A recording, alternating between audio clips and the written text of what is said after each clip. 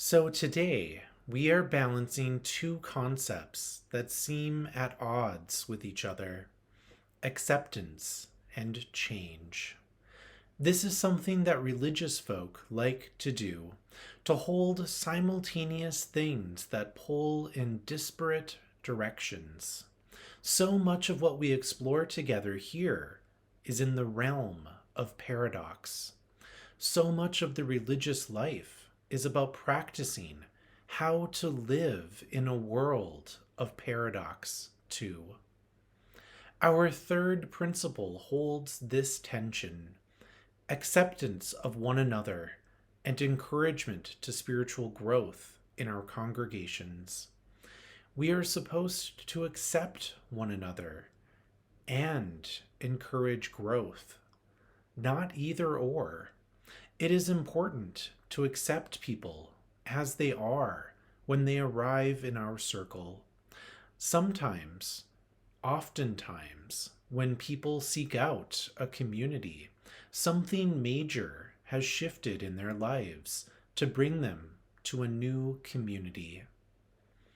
They have a new member of the family, or the youngest members of the family are asking questions that parents want a community to help answer. Or they have left a former religious tradition and are now ready to find a new path forward. Or there has been a loss of someone in their lives, whether through death or the ending of a relationship in another way. Or they have moved and are beginning to build a social circle all over again. Or any number of things. But what is often true is that something has shifted in their lives, and they are looking for a place to be accepted, to be welcomed, to belong. And it is also true that this religious path, this tradition, this community of people here accept and expect that we will change for having been here.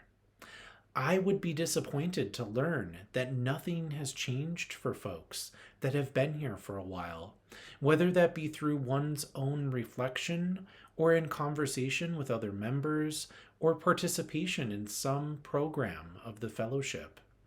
Change happens. It is one of the few constants of life. And hopefully, for having been part of this place, it is an overall positive change. Our justice programming may challenge one's assumptions or bring in completely new ways of thinking. Our religious education programming, whether for children or adults, may help people learn or unlearn things about themselves and provide tools for how to move through the world in a way that aligns with the values they hold. And there is much that we must accept. This past year has perhaps taught some of us that there are far more things than we were comfortable admitting that are beyond the scope of our influence in the world. That our willingness and willing something to be is sometimes not enough to make it so. Acceptance is something that I think we get better at with age and practice. Some are forced to practice it more than others, and some are allowed to skip practice sessions, which could be labeled privilege in another sermon. But each of us begins to learn acceptance one way or another. We learn that we cannot have every career we thought we might earlier in life, but we can perhaps have more than we thought. We begin to know that we cannot pursue every relationship, friendship, acquaintance that we cross paths with, but we may be able to make room at the table for one more. We remember more and more that each day we have is precious, and there are no guarantees that we will get another one. And maybe we get a bit better at making decisions between what we could be doing, what we should be doing, and doing what is truly important. So we vacillate between acceptance and change from moment to moment, and in some moments, we may even do both at the same time. The very process of accepting folks can change us too, as our reading from Reverend Soto lifted up. Like the butterfly, we have an immeasurable effect on the system. It will change and you will shape its DNA. You must not believe the lying lie that you do not matter, that whatever change you can organize is so insufficient as to not be worth your time, your energy, your life force. And by changing the system, by reshaping it, you too are changed. You too are reshaped. We are not off the hook in the process. By wading into the water, we are transformed. I recently was asked to speak about spirituality with a group of folks through the Bucks County Association for the Blind and Visually Impaired. We met via Zoom, and I shared a bit about Unitarian Universalism, who I was, and the community I serve as minister. But most of my talk was about the broadness of what things like religion, spiritual practice, and spirituality can mean. And how no matter one's own personal religious identity or non-religious identity, it is important to ask and access some space for contemplation and reflection. Then we had a time for Q&A and conversation, and one person shared a question that really made me pause and think. The person asked about being accepted. They said that some other religious traditions teach that if one has enough faith or the right kind of faith, that they should be able to heal anything, including blindness. So that having a disability means that they weren't faithful enough. What did I think about that? What I said in response is much of the theme of today's sermon, that we hold both acceptance and change as a core religious value. That here we accept people as they are, whole and holy, and that it is our religious commitment to be as universal in that acceptance as possible.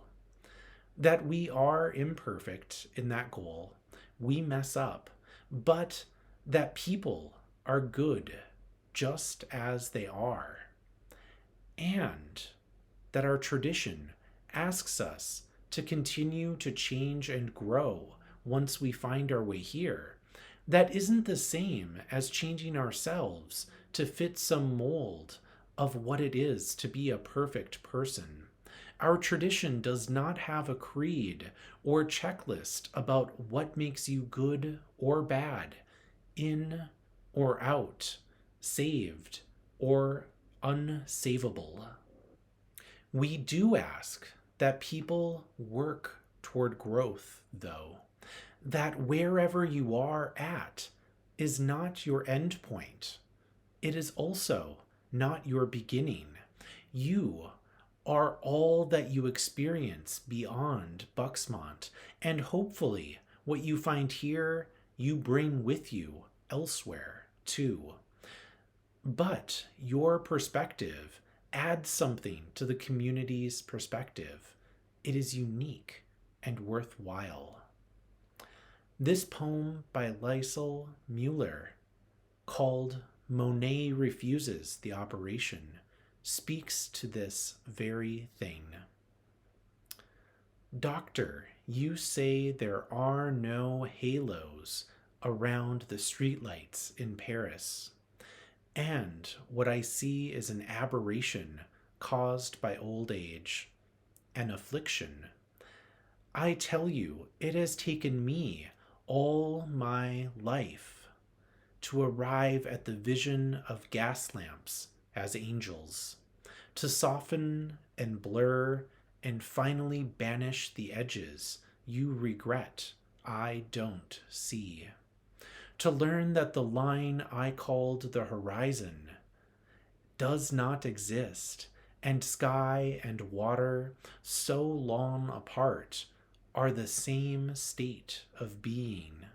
54 years before I could see, Rouen Cathedral is built of parallel shafts of sun, and now you want to restore my youthful errors, fixed notions of top and bottom, the illusion of three-dimensional space, wisteria separate from the bridge it covers. What can I say to convince you the Houses of Parliament dissolves night after night to become the fluid dream of the Thames? I will not return to a universe of objects that don't know each other. As if islands were not the lost children of one great continent. The world is flux, and light becomes what it touches, becomes water, lilies on water, above and below water, becomes lilac and mauve and yellow and white and cerulean lamps, small fists passing sunlight so quickly to one another that it would take long, streaming hair inside my brush to catch it, to paint the speed of light. Our weighted shapes, these verticals burn to mix with air and change our bones, skin, clothes to gases. Doctor, if only you could see how heaven pulls earth into its arms, and how infinitely the heart expands to claim this world, blue vapor without end. In the end, what I hope we experience in life is that we are worthy of acceptance and expected to change. We call one another to change. We call ourselves to change. We are asked to accept others and to learn to accept ourselves too. In many ways, that is what we mean when we say things or sing things like love is the spirit of this church. It is through feelings like love, beyond the romantic sort, that we can hold the paradox of acceptance and change for those we encounter in this life and for our own selves. May we practice what it means to do so together, as imperfect and never finished as that may feel. So may it be.